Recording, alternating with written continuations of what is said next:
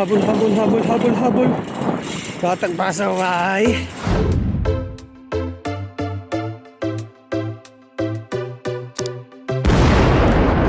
Hello guys, konnichiwa, what's up?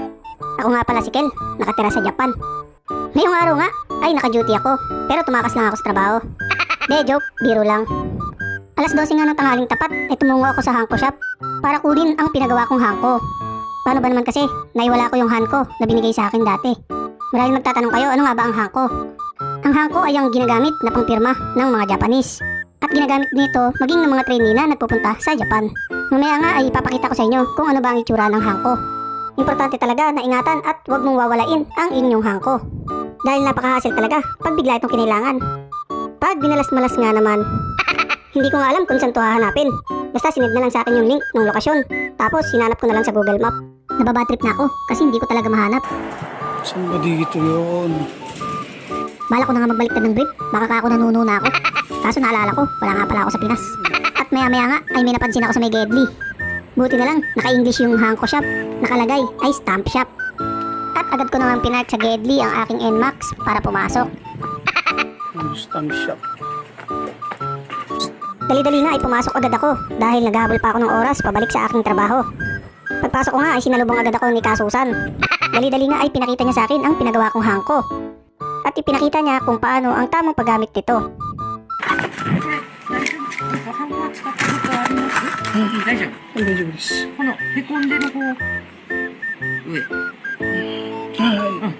じゃないと逆さになっちゃったりするからへこみを上で。い。はい。わかりました。 500円ちゃう。はい。ありがとうございます。 Kaya na nga lang umintindi sa sinabi ni Kasusan, basta ako, oo lang ako ng oo. At ayun nga, nakuha ko na ang aking bagong hanko. Napakabilis nga lang nitong ginawa dahil itinawag ito ng alas 11 ng umaga at pinuntahan ko naman ng alas 12 ng tanghali. Kailangan ko kasi ito bukas sa pagpirma ng kontrata sa Viva Wax. Kaya paalala ko sa mga kapwa ko trainee dyan, ingatan at huwag niyong wawalain ang inyong mga hanko.